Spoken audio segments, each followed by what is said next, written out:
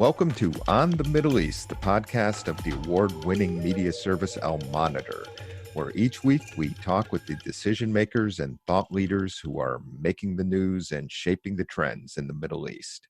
I'm Andrew Parasolidi, president of Al Monitor. And this week we'll be talking about Turkish foreign policy, Turkey's president Recep Tayyip Erdogan, and the Kurdish question in Turkey and Syria with Al Monitor columnist and scholar Cengiz Candar, who has written a new book, Turkey's Mission Impossible, War and Peace with the Kurds. My conversation with Cengiz Candar and more after this short break. President Trump defined the U.S. policy as America first. I think for Erdogan it is Turkey first. And given the knowledge that we have on Mr. Erdogan, that his pragmatism recognizes no boundaries, he wouldn't opt either for the United States or Russia. So he will try to manage both as much he sees opportune to Turkey's or his own personal interests.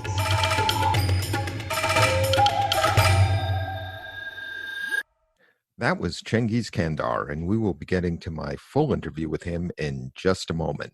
Last week, Turkish President Recep Tayyip Erdogan said that in 3 years, Turkey will be, in Erdogan's words, an unstoppable power in the region. That's a bold statement, even for Erdogan, who regularly makes bold statements. Erdogan combines an unusual mix of pan-Islamic and Turkish nationalism, ambition and ideology, along with a highly personalized approach to policymaking. Erdogan also sees opportunity in crisis, whether it be the COVID-19 pandemic or the wars in Libya and Syria. And this approach has a way of feeding other assertive moves, such as his reclaiming this week the Hagia Sofia as a mosque. Erdogan also displays a lack of both introspection and careful strategic planning. And when you put this all together, it has led him to decisions adding up to the quagmire he faces in Syria, and relatedly, the setbacks in his approach to the Kurdish question over the past decade. To help us understand all of this and more, I am now pleased to welcome our guest, Cengiz Candar, Al Monitor columnist and distinguished visiting scholar at the Stockholm University Institute for Turkish Studies. Cengiz is not only the doyen of the Turkish press corps on the Kurdish issue, he has been a participant observer on the Kurdish matter for decades. He advised former President Turgut Özal. He has participated in the most sensitive Track 2 discussions, and in addition to his reporting and analysis, he is engaged in quiet conversations with all of the key Turkish, Iraqi, Syrian, and Kurdish leaders, whether it be President Erdogan, who he knows, Ahmet Davutoglu, the former foreign minister of Turkey, PKK leader Abdullah Öcalan, Kurdistan Democratic Party leader Masoud Barzani, former Iraqi president and PUK leader Jalal Talabani, you name it, the list could go on. And he's written all about this in his new book, his new important book, Turkey's Mission Impossible, War and Peace with the Kurds. It's an essential work of scholarship on the topic, and we are going to discuss it now.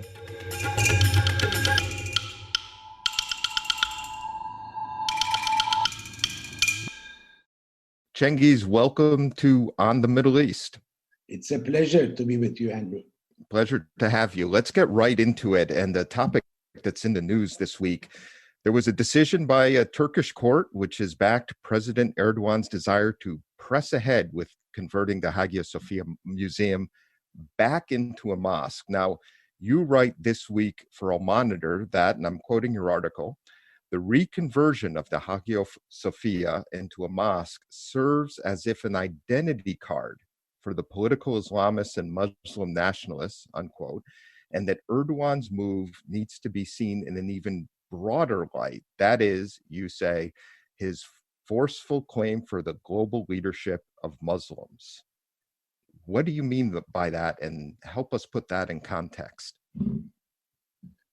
Actually, the court decision is a farce because there is no rule of law in Turkey and the judiciary is not independent at all. And nobody in Turkey refers to reconversion of Hagia Sophia as the verdict of the administrative high court. Everything is perceived and understood rightly that it is purely Tayyip Erdogan's decision to project himself. The interpretation of why he did it and why he did it now at this juncture varies. Nevertheless, common law's denominator that this is an act of Erdogan, the reconversion of Hagia Sofia into a mosque, in order to project himself as the leader of the Muslim community all over the world, also to consolidate his image and power within Turkey. As much as I can read and see, and as much I know him personally also, and try to read his mind, I can understand that given the latest Turkish moves in the region, in the Middle Eastern and Mediterranean and the North African geopolitical stage, where Erdogan is in an acute struggle of leadership of the Sunni Muslim world, primarily, that pits him against, and Turkey, of course, against Egypt, Saudi Arabia, and United Arab Emirates as the stakeholders in the struggle, and which reflects itself, as a matter of fact, in Libya more than anywhere else recently. So he needs to score points in this perennial struggle that he is after to project himself as the leader of the Muslim Ummah, Muslim world, against the traditional Sunni power centers. So the decision, kind of, as I qualified it, that Turkish reconquista, as if just to evoke the memories of what had happened in Spain, as if it's a civilizational action to glorify Muslims against Christendom, against the non-Muslim world, to consolidate his image. So he has taken this move. If Turkey would not be outstretched in East Mediterranean, in North Africa, in different corners of the Middle East, stretching from the borders of Iran and Iraq all the way up to northern Syria, I wouldn't imagine that Turkey or Erdogan would undertake such a step, because it's not only a matter of confronting the sentiments of the Christian and the Western world, and also Israel, of course, because in his victory speech, if I would call it as such, he also mentioned the resurrection of the Hagia Sophia is a step forward on the path to liberate Dome of the Rock, which of course addresses itself to the core of the Middle East problem, to the Palestinian problem, and therefore confronting Israel as well. But this doesn't make us to divert from the gist of the issue. Less Islamic, but more Turkish nationals, as much I see the core of and the ideology of the Erdogan regime in Turkey nowadays. You spent a lot of time with President Erdogan. You write about this in your book, Mission Impossible. Tell our listeners, how would you describe him as a person, a politician, and a leader? And what do you see as his legacy, or his legacy as it's developing, as contrasted to what he wants it to be? You alluded to some of these issues in your previous answer about leadership in the Muslim world, but talk about Erdogan, the man, as you've known him, and his trajectory as a leader in Turkey. He is definitely a larger-than-life figure, coming from very, very modest, humble backgrounds, son of a worker, and who also constructed his life in his early youth as a laborer, then small shopkeeper, a businessman, and so on. And coming from the very modest backgrounds, coming from the working class districts, downtrodden areas of Istanbul, he climbed up the ladder of power in Turkey, very institutionalized compared to the other countries in the region, whether it be the Middle East or the Balkans, a very institutionalized country which has the legacy of an empire, the Ottoman Empire, and a staunchly secularist country with established political institutions, political parties, and this gentleman coming from such modest background, with humble origins, with a religious upbringing, and pushing himself into the Turkish ruling elite, then hijacking, in a sense, albeit imperfect, Turkish democracy into a one-man autocracy, tells a lot about who Erdogan is. He is a person to be reckoned with, and most probably the sound assessment who he was, clairvoyant appraisal, what role he played in history could only be done perhaps after some decades.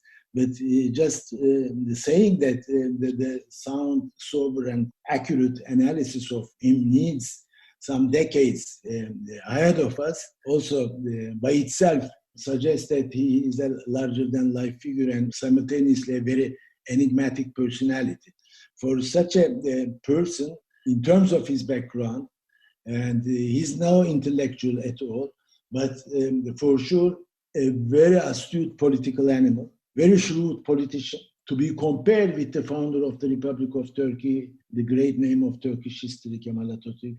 You could match his name with him in terms of political shrewdness. He is a success story. But his success story may, for many people, that it may end up for catastrophic consequences for the country that he is ruling now. Cengiz, in your book, you describe a fascinating conversation you had with Erdogan in March 2011, just after the Syrian uprising began, in which he talked about his and his wife's friendship with President Bashar and his wife. But in that conversation, Erdogan also foreshadowed some of what was to come with regard to Turkey's policy in Syria. Tell us about that conversation and how you see his thinking is played out in Syria. It was just the conflict in Syria was just 2 weeks old, so it's in embryonic stages. So we were on the way back to Turkey from Erbil, from a state visit to Iraq and Iraqi Kurdistan. And during the flight, I had asked about what he thinks, what might happen in Syria, because it will be a difficult situation for him. As you had just reminded me in the question, that he had very close family relationship and personal rapport with the president of Syria. But at the same time, he was trying to project himself as the spokesperson of the downtrodden of the Middle East, Palestinians and the rest. And after the Arab Spring, when the Sunni masses in Iraq, then in Libya, it started first in Tunisia, then mainly in Egypt, which expanded to Libya. The Sunni masses, mostly led or driven by Muslim Brotherhood, was changing the political map of the Middle East, which was propelling him to assert himself in a leadership position over this Sunni world with the invisible Muslim Brotherhood backbone. So when I asked about what he thinks of Syria, knowing his pro-Muslim Brotherhood tendencies, being aware of it, I asked how he would manage the future between his very close personal friend Bashar al-Assad and the demands of the Syrian state, which the Turkish Sunni Muslim constituency of himself would be sympathetic with. So the response he gave to me suggested to me that he was not unprepared at all what to see in Syria. He was mostly uneasy that the developments in Syria could end up in a huge refugee flow into Syria. And given the experience of Iraq in the aftermath of the Gulf War in 1991, he said that we can't afford to have that much refugee flow. But he also underlined that when it comes to Syria, we have to take into consideration, he gave names. He said Aleppo connotes Hatay, the Turkish province of Hatay, adjacent to it. And also Kamishli is not only Kamishli, meaning the Kurdish inhabited largest town of northeastern Syria, with a bearing upon Turkey's Kurdish question. And therefore, he deduced in his response to me that he said, we cannot wait this refugee flow and act as bystanders to the conflict, to the evolution of the conflict in Syria, but we have to have our defense lines not within the territory of Turkey, but we have to establish them within the territory of Syria.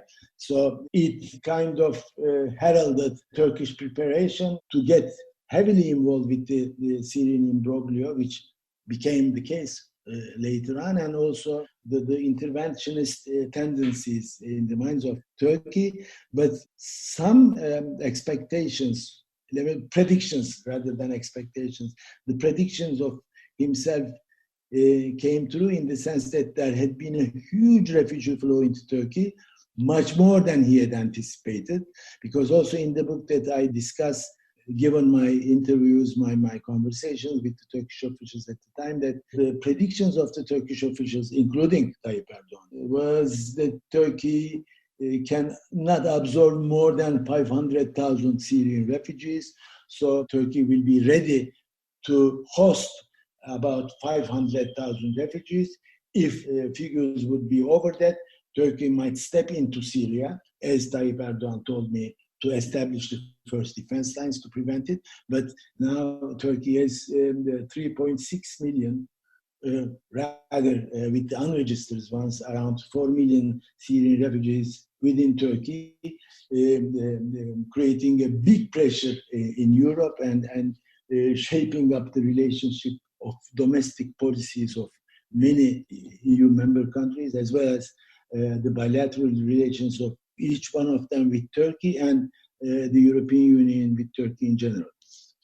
Cengiz, you describe the Turkish intervention and occupation of northeast Syria as a quagmire, as Turkey's Vietnam or Afghanistan, and also are critical of his aspirations for a safe zone there, which Erdogan had said was to resettle some of these 3.6 million refugees. Now, Erdogan has been nothing but consistent in terms of his stated objectives for Syria and the safe zone. In addition to the resettlement of refugees, it's about eliminating what he terms the terrorist threat from the Syrian Kurdish armed group, the People's Protection Units, the YPG, which he says is linked to the Kurdistan Workers' Party, the PKK.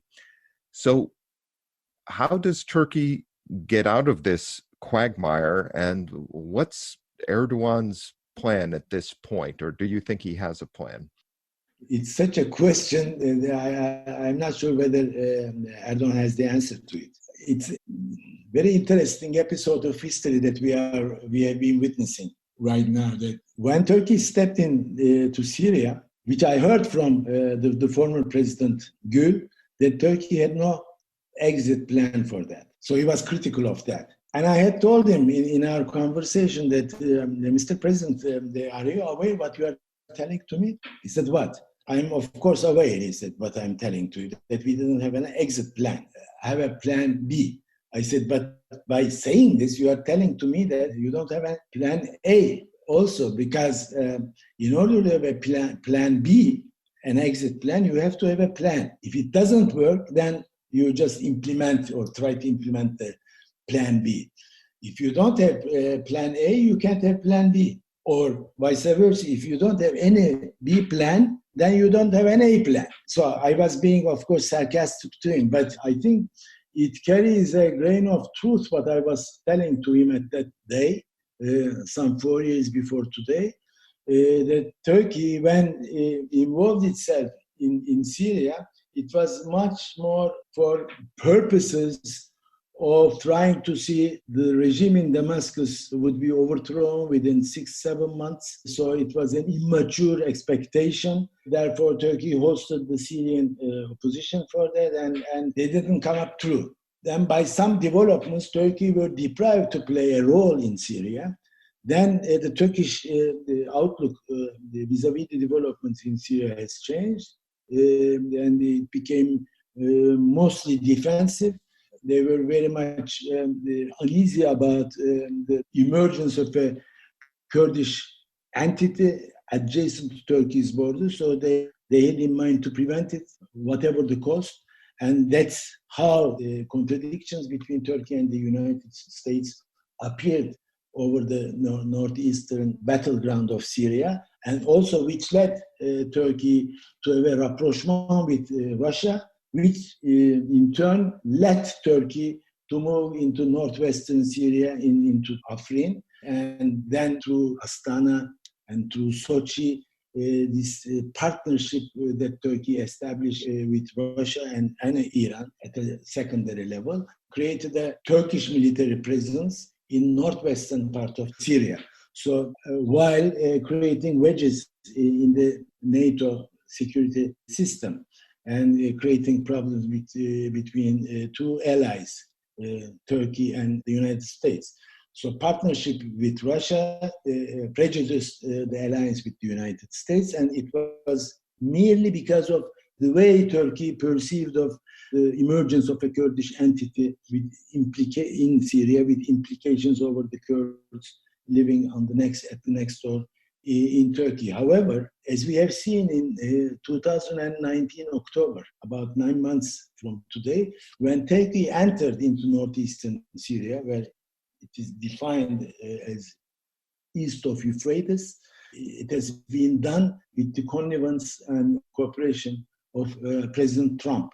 So in northwestern Syria, Turkey acted with Russia and cooperated with Russia, and now it is trying to cooperate with the United States in the northeastern part of Syria. So it is a very messy, complicated, and complex political options that Turkey has been facing, and this doesn't tell us that it is a well-studied and well-planned foreign policy. It just emerged on the road. It's kind of playing tennis. You just hit the ball and send the ball over the net to the other side when it was sent to you. So we cannot speak of a Turkish ground plan, whether it's in Syria or in Libya, but altogether there is kind of a strategic mind behind Turkish actions all over the world, because we see Turkey in the Gulf having a military facility in Qatar, also in Somalia, and also now it's trying to stretch its tentacles all the way to Yemen. It's the former Ottoman territory, of course, Yemen, and now confronting France in East Mediterranean, and very active element in the Libyan equation. So Turkey has become more or less a global player now.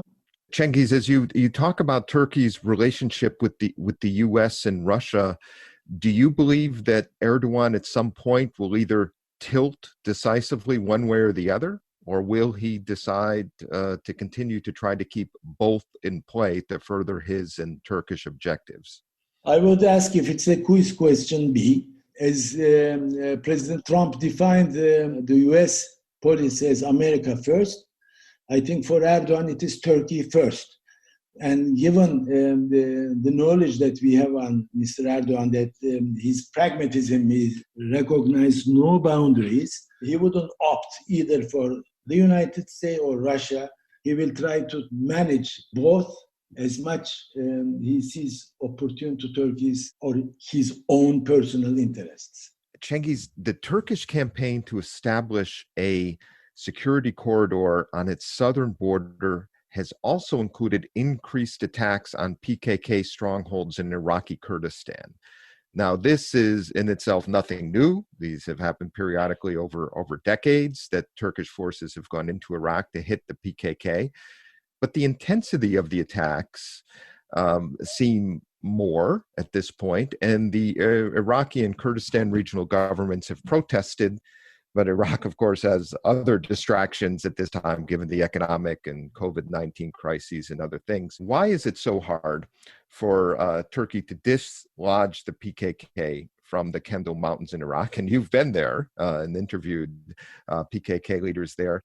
Well, one is topography. The other is PKK is not an organization in the sense that a group of the people under arms. It is huge, big movement with branches all over, from Iran to Syria, in Iraq itself, more than anywhere else in Turkey. So PKK is, for official parlance in Turkey, it's terrorism or terrorist organization. But to be honest, it is the name of the Kurdish insurgency. So it is not easy to quell an insurgency which has deep roots, historical roots, geographical roots, and sociological roots. And if we add the topography of the area, the Kurdistan of Iraq, the northern Iraq, it's not a matter of weeks or so that the might of the Turkish military power, if it is introduced, it will end the PKK. This was exercised since more than 30, 40 years, and it didn't give any satisfying results. Although nowadays, Turkey inflicted a lot of damage to the PKK's military infrastructure, again, to be honest. Yet, if one thinks that there is a military solution to end this problem, he or she has to wait for a very long time. What is interesting in the Turkey's actions regarding your question of the Turkish military action in northern part of Iraq against the PKK strongholds or bases there, that Turkey is gradually establishing a kind of a cordon or a corridor stretching out from the Iraq-Iran border about 20 to 40 kilometers deep to the south in the territory of Iraqi Kurdistan from the Turkish frontier, 180 kilometers wide, 20 to 40 kilometers deep. And if you move into Syria, the same vision is in the minds of Turkey to establish a corridor. It's kind of a safe zone which they aim to have for 400 kilometers at length, wide, and 30 kilometers wide. And almost 200 kilometers of it is achieved in terms of its width and 30 kilometers in depth. Therefore, it's kind of a creation, it's effectively moving Turkey's southern frontiers 30 kilometers or 40 kilometers in some places away from the formal existing frontier to establish a kind of a buffer zone and to project power in the future against Baghdad, against Damascus, and against many other capitals involved in shaping up the future of the Middle East. So the Kurdish problem and the claim to fight against PKK terrorism give Turkey also an opportunity to project itself as a regional power to contest the geopolitical desires, because when Turkey, and if Turkey can be able to establish and consolidate this buffer zone all the way from the Iran-Iraq border to Mediterranean, it will deprive Iran to encircle Turkey from the south to reach Mediterranean. And so this vision also gives an area of maneuver to Turkey when it talks behind the curtains with the American and the European officials and also with the Russian officials. Cengiz, I feel we're just getting started. There's so much to discuss with you about the Kurdish question and about your book, Mission Impossible. I want to thank you for your interview today, for your many contributions to El Monitor over the years, and congratulations on Mission Impossible. I thoroughly enjoyed it, learned so much from it. It's required reading. I say this to our listeners, it really is required reading for anyone interested in the Kurdish question from a key participant observer in the issue over the years. So Cengiz, thank you again for being with us today. I thank you. We'll be right back with a few takeaways from my interview with Cengiz Candar and some closing remarks after this short break.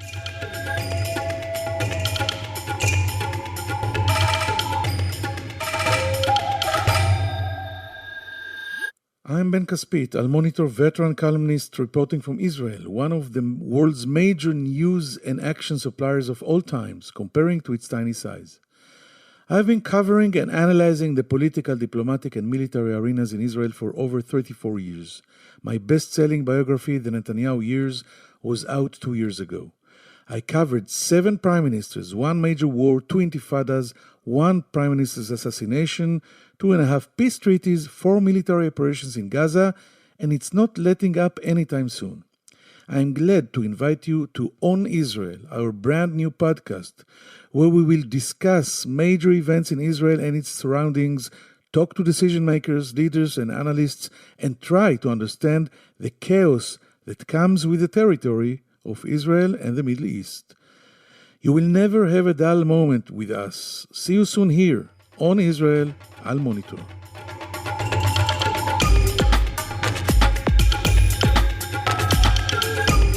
Welcome back to On the Middle East. Let me share with you 3 takeaways from my conversation today with Cengiz Candar. First, that the scope of Erdogan's ambition is something to behold, not just in establishing a security corridor on Turkey's borders with Iraq and Syria, not just in North Africa, where he feels he's playing a winning hand in Libya, but in the Muslim world by reclaiming the Hagia Sofia as a mosque. Second, that this ambition may be rooted in a powerful pan-Islamic ideology and Turkish nationalist vision, but it's not really implemented in any coherent or strategic way. Cengiz compared it to a tennis match, Erdogan hitting the ball and playing the return. Third, I found Cengiz's answer to my question about why it has been so hard to eliminate the threat from the PKK in northern Iraq and elsewhere, despite a relentless Turkish military campaign. His answer was concise and incisive, if perhaps controversial, in Turkey and elsewhere in the region. Cengiz said that the PKK, while it is designated a terrorist group in Turkey and in the US and elsewhere, it is nonetheless a movement. And, to quote Cengiz, the name of the Kurdish insurgency. And it is not easy to quell an insurgency which has such deep roots. I encourage you all to read Cengiz Candar's new book and to read his columns at Al Monitor. Thank you all for listening to On the Middle East. I'm Andrew Parasiliti. I'll be back next week. And in the meantime, please sign up for this and our other Al Monitor podcast on Israel with Ben Caspit at your favorite podcast platform.